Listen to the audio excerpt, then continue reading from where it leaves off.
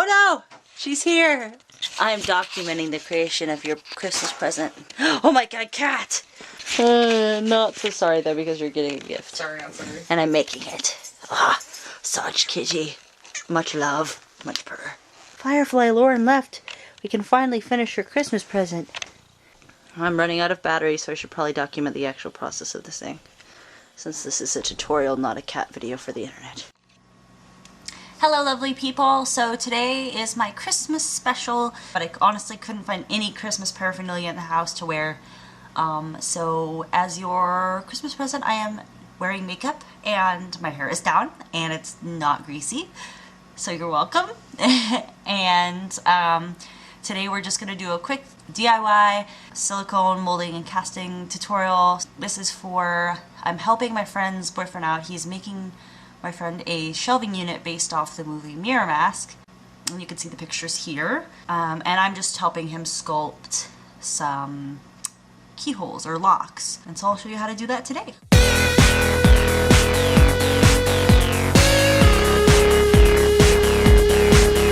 Okay, so let's go over materials.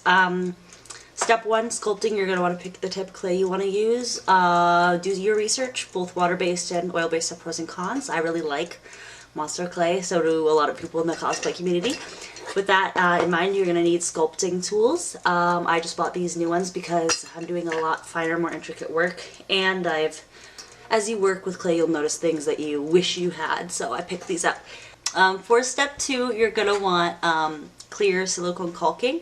Now, you're also going to do a little bit of research on silicone. There's Tincure and Platinum Cure are the two types of silicone generally out there. They have different properties. You don't really get a choice when it comes to caulking though, because it's not formulated for mold making work. It's formulated to be used as caulking in, say, like a sink or a bathtub. You save so much money doing it this way, so for small projects like this, definitely just do it yourself.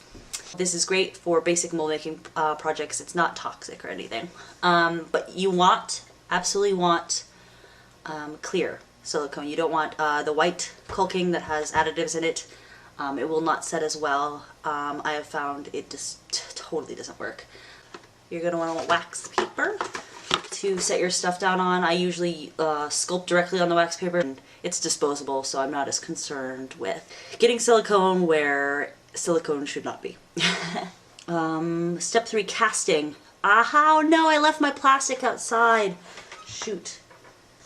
Well, I have it, the old stuff, in the garbage can.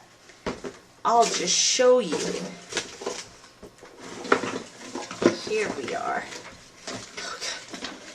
Okay. So this piece of garbage is the remnants of what used to be my big jug of white plastic. Go online or go to a local art store and see if they sell white quick curing resin. Now, obviously if you've cosplayed before and you've done a lot of like resin gems and stuff, you know that there's often epoxy resins out there that you can add color to and you get these beautiful clear gems. Well, it's great to use the white casting resin because it cures in like 5 minutes, versus the clear gems are formulated to stay clear, and so that because of that they take a really long time to set up, like 24 hours. So what's beautiful about the plastic is that you mix it up, you pour it, in about 5 minutes it's ready to go and paint. If I think of anything else you need, I'll just throw it on the screen. Okay.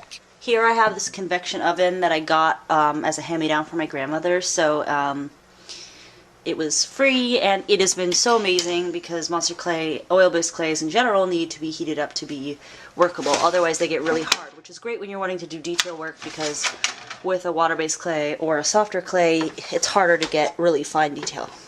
So I'm just going to turn this on, stick it in there, and then get it to be workable. Here are our reference pictures. As you can see, it's just a bunch of keyholes, and he has selected the ones that he wants me to do, and it's on this giant tower. Okay, so my sculpts are done, and I found that when detail work gets really hard to do and this clay is just too soft, I stick it in the freezer. So with that in mind, I'm going to be doing the silicone mold, and I don't want to mess anything up, potentially like poke a hole in anything, so I'm going to get them nice and rock solid by sticking them in the freezer, and then we'll start the molding.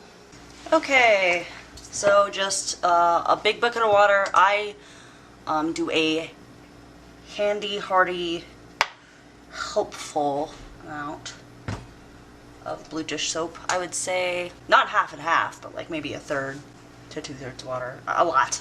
Put a lot in there.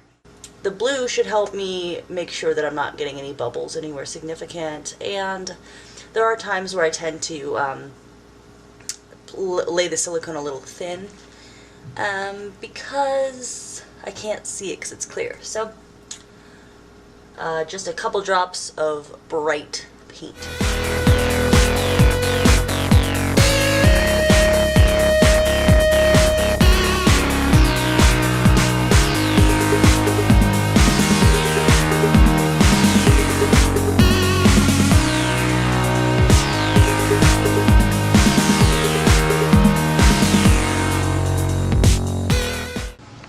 We're in Jason's creepy storage closet.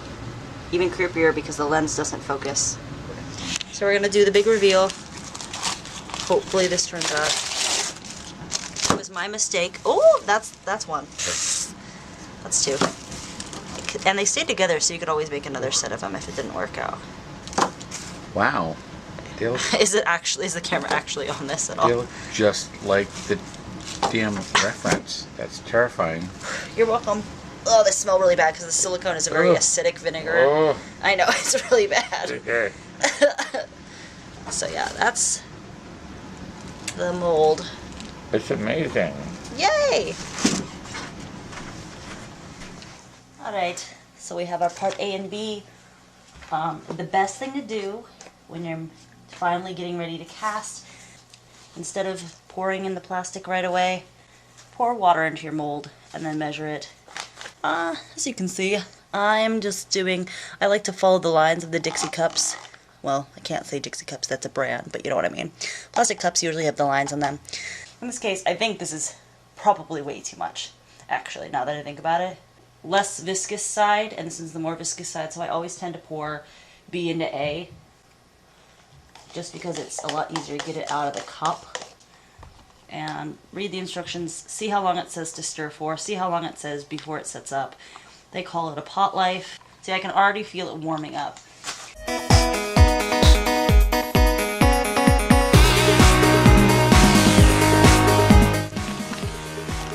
Okay, you can see it starting to cure.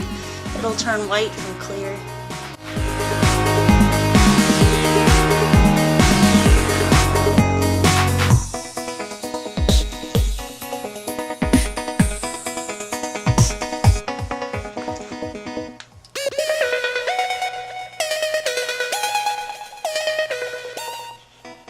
That's already white.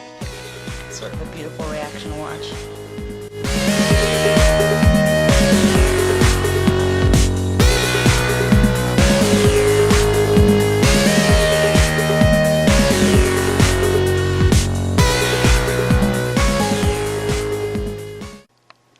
Now if you observe the inside of the mold, you can see just exactly where the defects are. I can't actually tell you why the inside of the mold turned white. I assume that the silicone doesn't really like to stick to much. That's just sort of how silicone works. So when I added colorant, because it's not colorant meant for silicone, it probably didn't take to the silicone very well chemically. So when the plastic went in there, the plastic actually probably sucked the color out. That's my guess. I'm not actually sure. But overall, great mold.